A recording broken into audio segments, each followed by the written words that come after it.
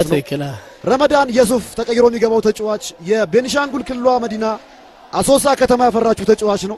በነገራችን ላይ ሚሊ ጥር ወር ላይ ነው በበርታ ብሔረሰብ ባህል መሰረት ጋብቻውን የፈጸመው። ሰውል ሽረ ወልቂጤ ከተማና ቅዱስ ጊዮርጊስ አስቀድሞ ምንድነው ያረጋ ያለው የተጫወተባቸው ቡድኖች ናቸው።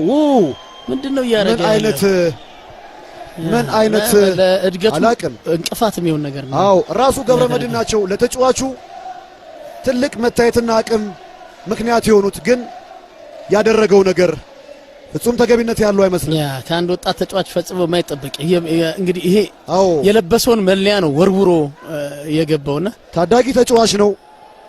አሰልጣኙ የሚያደርጉትን ነገር መቀበል ያስፈልጋል። ከቡድኑ ሌላኛው አንጋፋ ተጫዋች የቡድኑ ምክትል አሰልጣኝ መስፍን ጢቃሶ ጋር የቃላት ልውውጥ እያደረገ ሰላም የቻናላችን ተከታታዮች የሰዓቱን መረጃ ይዘንላችሁ መተናል። የኢትዮጵያ መድን ድርጅትና የኢትዮጵያ ብሔራዊ ቡድን ተስፈኛ የተከላካይ ስፍራ ተጫዋች ያሬድ ካሳይ ተቀይሮ በሚወጣበት ወቅት መለያውን አውልቆ መወርወሩ በእግር ኳስ ባህል ውስጥ ትልቅ የዲሲፕሊን ጥሰት ተደርጎ የሚወሰድ ጉዳይ ሆኗል። አነጋጋሪም ሆኗል። ቁጣም ቀስቅሷል። በተለይ ተጫዋቹ ይህንን ነውረኛ ድርጊት መፈጸሙ ከክለቡ ከአሰልጣኙና ከደጋፊው በላይ ራሱን እንደሚያስቀድም የሚያሳይ ምልክት ስለሚሆን ክስተቱ ብዙ ሰዎችን ያስቆጣ ሆኗል። ነገር ግን ጉዳዩን ከብዙ አቅጣጫ ማየት ያስፈልጋል። የመጀመሪያው ከተጫዋቹ ስሜታዊነት አንጻር መታየት አለበት። ተጫዋቾች በጨዋታ ውስጥ በከፍተኛ ግፊት ውስጥ ሆነው ይጫወታሉ። ተቀይረው ሲወጡ ለራሳቸው የክብር ማጣት ስሜት ሊሰማቸው ይችላል። በጨዋታ ውጤት፣ በደጋፊ ጫና፣ ባሳዩት እንቅስቃሴ ወይም በአሰልጣኙ ውሳኔ ላይ ቅሬታ ሊኖራቸው እንደሚችል እንግዲህ ልብ ማለት ይገባል። አንዳንድ ጊዜ ከየትኛውም ነገር በላይ ስሜታዊነታቸው ጎልቶ ይወጣል። ተጫዋቾችም ከጨዋታ በኋላ ማድረግ አልነበረብኝም ሊሉ የሚችሉትን ስህተት እንግዲህ ይሰራሉ ማለት ነው። ይህ ግን የተፈጸመውን ጥፋት ሊሽር ይችላል ማለት አይደለም። ስሜት ምክንያት ሊሆን ይችላል፣ ከጥፋተኝነት ግን የሚያድን አይሆንም በእግር ኳስ ሕይወት ውስጥ። በሌላ በኩል የእያንዳንዱ ቡድን መለያ የሚወክለው ክብር አለው። መለያ ጨርቅ ብቻ አይደለም። ክለቡን፣ ደጋፊዎችን፣ አሰልጣኞችን ክለቡ የሚከፍለውን ደሞዝ፣ የተጫዋቾቹን ሙያዊ ስነ ምግባር ሁሉ የሚወክል ነው ማለት ነው። በእግር ኳስ ባህል መለያ መወርወር ብዙ ጊዜ ክለቡን እንደማንቋሸሽ የሚቆጠር ነው። በመሆኑም ደጋፊዎች ስሜታዊ ሆነው በቁጣ እንግዲህ ቢነዱ አያስደንቅም። ከዚህ ባለፈ ተጫዋቾች በአሰልጣኞቻቸው ላይ ቅሬታ ቢኖራቸው እንኳን መፍትሄው በሜዳ ላይ መነታረክ አይደለም። እንደሚታወቀው በፕሮፌሽናል እግር ኳስ ውስጥ በመልበሻ ክፍል ውይይት ይደረጋል። ከአሰልጣኙ ጋር በግል መነጋገር ይቻላል። ክለቡም የራሱ የዲሲፕሊን ሂደት ይኖረዋል። በሜዳ ላይ የሚታይ አሉታዊ ግንኙነት ግን እንግዲህ ቡድኑን በእጅጉ እንደሚጎዳው ከዚህ ቀደምም በተለያዩ ክስተቶች ተመልክተናል። እንደ መስፍን ጢቃሶ አይነት የቀድሞ ተጫዋቾች በኢትዮጵያ እግር ኳስ ታሪክ ውስጥ ያላቸው ክብር ትልቅ ነው። በተለይ ለቀድሞ ተጫዋቾችና አሰልጣኞች ክብር ማሳየት ከወጣት ተጫዋቾች የሚጠበቅ ነው። እዚህ ላይም ያሬድ በስሜት ተገፋፍቶ ትልቅ ጥፋት እንዳጠፋ በቪዲዮም ተመልክተናል። አሁን ላይ በርካታ አስተያየቶች የተሰነዘሩ ሲሆን በዘመናዊ እግር ኳስ ክለቦች ሊወስዱ የሚችሏቸው እርምጃዎች አሉ። ተጫዋቹ የስነ ምግባር ማስጠንቀቂያን ጨምሮ ጊዜያዊ እገዳን የሚያካትቱ የተለያዩ ቅጣቶች ሊጠብቁት ይችላሉ። ነገር ግን ተጫዋቹ በግልጽ ይቅርታ በመጠየቁና ስህተቱን በማመኑ በሜዳ ላይ የሚያሳየውን አቋም ተከትሎ ከደጋፊውም ሆነ ከክለቡ በኩል እንግዲህ ይቅርታው ተቀባይነት ሊያገኝ ይችላል። እግር ኳስ ሁለተኛ እድል የሚሰጥ ዓለም እንደሆነ ይታወቃል። ቁጣ በሁሉም ሰው መካከል ሊከሰት የሚችል ስሜት ነው። ተጫዋቾች ግን ፕሮፌሽናሊዝምን በማሳየት እንግዲህ ቁጣን መቆጣጠር ይገባቸዋል። በኢትዮጵያ እግር ኳስ ውስጥ ተጫዋቾች በስሜት የሚነዱባቸው ክስተቶች አዲስ አይደሉም። የውጤት ጫና፣ የደጋፊዎች ግፊት፣ የአሰልጣኝ ውሳኔ እንዲሁም የግል ፍላጎት አንዳንድ ጊዜ ተጫዋቾችን ከመደበኛ ባህሪ ውጪ ምላሽ እንዲሰጡ ሲያደርጓቸው እንግዲህ ሲገደዱ እናያለን። ነገር ግን ያሬድ ተቀይሮ ሲወጣ ለምን እቀየራለሁ በሚል ቁጣ መለያውን አውልቆ ወደ ሜዳ መወርወሩ፣ ከዚያም ከአሰልጣኞችና ከቀድሞ ተጫዋቾች ጋር ግጭት ውስጥ መግባቱ በኢትዮጵያ እግር ኳስ ውስጥ ስለ ዲሲፕሊን፣ ስለ ክብር፣ ስለ ፕሮፌሽናሊዝም ጥልቅ ውይይት የሚያስነሳ ጉዳይ ሆኖ አስተውለነዋል። ክስተቱን ከተለያዩ አቅጣጫዎች በመመልከት በኢትዮጵያ እግር ኳስ ውስጥ ያለውን የተጫዋቾች ባህሪ፣ የክለብ ክብር፣ የአሰልጣኝ ሚና እንዲሁም የደጋፊዎች ግንኙነት በሰፊው መተንተን ያስፈልጋል። በእግር ኳስ ዓለም መለያ ታሪክ ነው፣ ክብርም ነው፣ የደጋፊ ፍቅር ነው፣ የክለቡ ማንነትም ጭምር ነው መለያ። ተጫዋቹ መለያውን ሲለብስ ራሱን ብቻ አይወክልም፣ ክለቡን፣ ደጋፊዎቹን፣ አሰልጣኞቹን፣ የክለቡን ታሪክ ጭምር የሚወክል መሆኑን መገንዘብ አለበት። በዚህ አውድ ውስጥ የያሬድ መለያ መወርወር ለብዙ ደጋፊዎች ክለቡን ማንቋሸሽ ተደርጎ እንዲታይ ሊያደርገው ችሏል። በተለይ ክለቡ ተጫዋቹን ከታች አንስቶ እድል ሰጥቶ ወደ ብሔራዊ ቡድን ድረስ እንዲደርስ ካገዘው በኋላ የታየው ይህ የተጫዋቹ ባህሪ ለብዙዎች የውለታ መርሳት መስሎ ታይቷል። አንድ ተጫዋች በክለቡ ላይ ቅሬታ ሊኖረው ይችላል፣ ከአሰልጣኙ ጋር ልዩነት ሊኖረው ይችላል።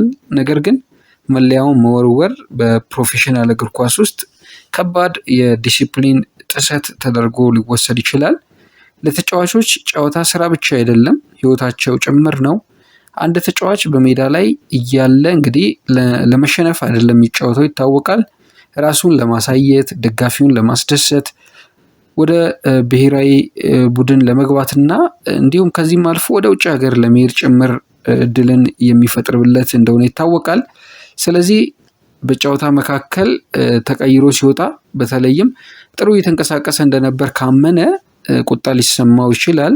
በአውሮፓም በዓለም አቀፍ እግር ኳስም ተቀይረው ሲወጡ የሚበሳጩ ተጫዋቾችን አይተናል። አንዳንዶች የውሃ ኮዳ ሲመቱ፣ ወንበር ሲረግጡ፣ ከአሰልጣኞቻቸው ጋር ሲጨቃጨቁ ሁሉ ታይተዋል። ነገር ግን ከታላላቅ ተጫዋቾችን ከተራ ተጫዋቾች የሚለያቸው ስሜታቸውን መቆጣጠር መቻላቸው ነው። ፕሮፌሽናሊዝም በባህሪም ጭምር እንጂ በችሎታ ብቻ የሚለካ አይደለም። ያሬድ ካሳ ያሳየው ባህሪ ምናልባት በቅጽበት የመጣ የስሜት መደበላለቅ ሊሆን ይችላል። ግን በሙያ ዓለም ስሜታዊ ሆኜ ነበር የሚለው በቂ ምክንያት አይሆንም። አሰልጣኝ በእግር ኳስ ውስጥ የመጨረሻ ውሳኔ ሰጪ ነው። ማን ይጫወታል፣ ማን ይቀየራል፣ ቡድኑ እንዴት ይጫወታል የሚለውን የሚወስነው እርሱ ነው። አንዳንድ ጊዜ የአሰልጣኙ ውሳኔ ስህተት ሊሆን ይችላል። ደጋፊዎችም ሊተቹት ይችላሉ አሰልጣኙን። ነገር ግን ተጫዋቹ በሜዳ ላይ የሚያሳየው ክብር በጣም ወሳኝ ነው። ተጫዋቹ ቁጣ ሲያሳይ፣ በአሰልጣኙ ላይ ሲደነፋ ወይም አሰልጣኙን ሲያቃልል ያ ለቡድኑ አደገኛ መልእክት አለው። እንግዲህ የአሰልጣኙን ውሳኔ አላከብርም የሚል መንፈስ በቡድን ውስጥ ሲፈጠር የቡድን አንድነት እንደሚፈርስ በብዙ የአውሮፓ ክለቦች ጭምር በውጤት መንሸራተት ቀውስ ውስጥ ሲገቡ ተመልክተናቸዋል። በብዙ ታላላቅ ክለቦች ውስጥ እንዲህ አይነት ባህሪ ከባድ ቅጣት ያስከትላል። ምክንያቱም ችግሩ የአንድ ተጫዋች ብቻ ሆኖ አይቀርም፣ የክለቡ የባህል ጉዳይ ነው ማለት ነው። መስፍን ጢቃሶና እንደርሱ ያሉ የቀድሞ ተጫዋቾች የኢትዮጵያ እግር ኳስን በብዙ መስዋዕትነት ያገለገሉ ግለሰቦች እንደሆኑ እንግዲህ ይታወቃል። ዛሬ ያሉ ተጫዋቾች በቀድሞ ተጫዋቾች መሰረት ላይ መቆማቸውን መገንዘብም አለባቸው። ስለዚህ ከቀድሞ ተጫዋቾች ጋር በክብር መነጋገር የሙያ ባህል አካል እንደሆነ ሊቆጠር ይገባል። አስተያየታቸውን ባይወዱትም እንኳን በስድብ ወይም በቁጣ መመለስ ተገቢ አይደለም። በዚህ ክስተት ውስጥ የታየው ባህሪ በብዙዎች የአክብሮት ማነስ ተብሎ ሊተረጎም ይችላል። ይህም ጉዳዩን ከመለያ መወርወር በላይ እንዲታይ ያደርገዋል ማለት ነው። ደጋፊዎች ለክለባቸው ከፍተኛ ስሜት አላቸው። ተጫዋቹ ክለቡን ሲያከብር ይወዱታል፣ ሲያዋርድ ደግሞ ይቆጣሉ። ስለዚህ ከደጋፊዎች የተነሳው ቁጣ ተገቢነት ያለው እንደሆነ መውሰድ እንችላለን። ነገር ግን ተጫዋቹን ሙሉ በሙሉ ከእግር ኳስ እንዲገለል መገፋፋት ወይም ደግሞ የዘላለም ጠላት አድርጎ መመልከት ትክክል አይሆንም። ሰዎች ይሳሳታሉ። በተለይ በስሜት በተሞላው የስፖርት ዓለም ውስጥ የተሳሳተ ውሳኔ ሊወስዱ ይችላሉ። ዋናው ጥያቄ ከስህተቱ ይማራልን የሚለው መሆን አለበት ማለት ነው። ተጫዋቹ በግልጽ ይቅርታ ከጠየቀ፣ የሰራውን ስህተት ካመነ ወይም ደግሞ በተግባር ለመለወጥ የሚሞክረው ጥረት ከታየ የእግር ኳስ ዓለም ሁለተኛ እድል ሊሰጠው እንደሚችል በተደጋጋሚ በተለያዩ ዓለም ክፍሎች ተመልክተናል። የኢትዮጵያ መድን ድርጅት እንደ ትልቅ ተቋም ጉዳዩን በጥበብ መያዝ አለበት ብለን እናስባለን። በቁጣ ውሳኔ ከመውሰድ ይልቅ ሁኔታውን በዲሲፕሊን መርህ መፍታት አስፈላጊ ነው ብለን ነው የምናስበው። ተጫዋቹን ማነጋገር፣ የዲሲፕሊን ቅጣት ማስተላለፍ፣ የይቅርታ መግለጫ እንዲያወጣ መጠየቅ፣ የስነ ምግባር ስልጠና መስጠት፣ በቡድኑ ውስጥ የክብር ባህልን ማጠናከር የመሳሰሉ እርምጃዎችን መውሰድ የተሻለ ነው። ዋናው ነገር ተጫዋቹን መስበር ሳይሆን ማስተካከል ነው ማለት ነው። የያሬድ ካሳይ ክስተት በኢትዮጵያ እግር ኳስ ውስጥ ትልቅ ትምህርት የሚወሰድበት ጉዳይ ሆኖ ማለፍ አለበት። ችሎታ ብቻ ትልቅ ተጫዋች አያደርግም። ዲሲፕሊን፣ ትህትና፣ ክብር በእጅጉ አስፈላጊ ናቸው።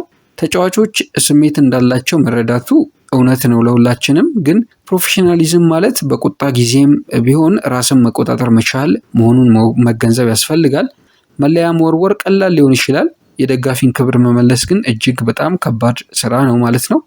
ከምንም በላይ እግር ኳስ ስሜት ያለበት ጨዋታ ቢሆንም የትልቅ ተጫዋቾች መለያቸው በችሎታቸው ብቻ ሳይሆን በባህሪያቸውም ይለካልና ተጫዋቾቻችን ከዚህ ትምህርት ሊወስዱ ይገባል እንላለን። እንግዲህ ክለቡም ተጫዋቹም መልካሙን ነገር እንዲገጥማቸው እንመኛለን።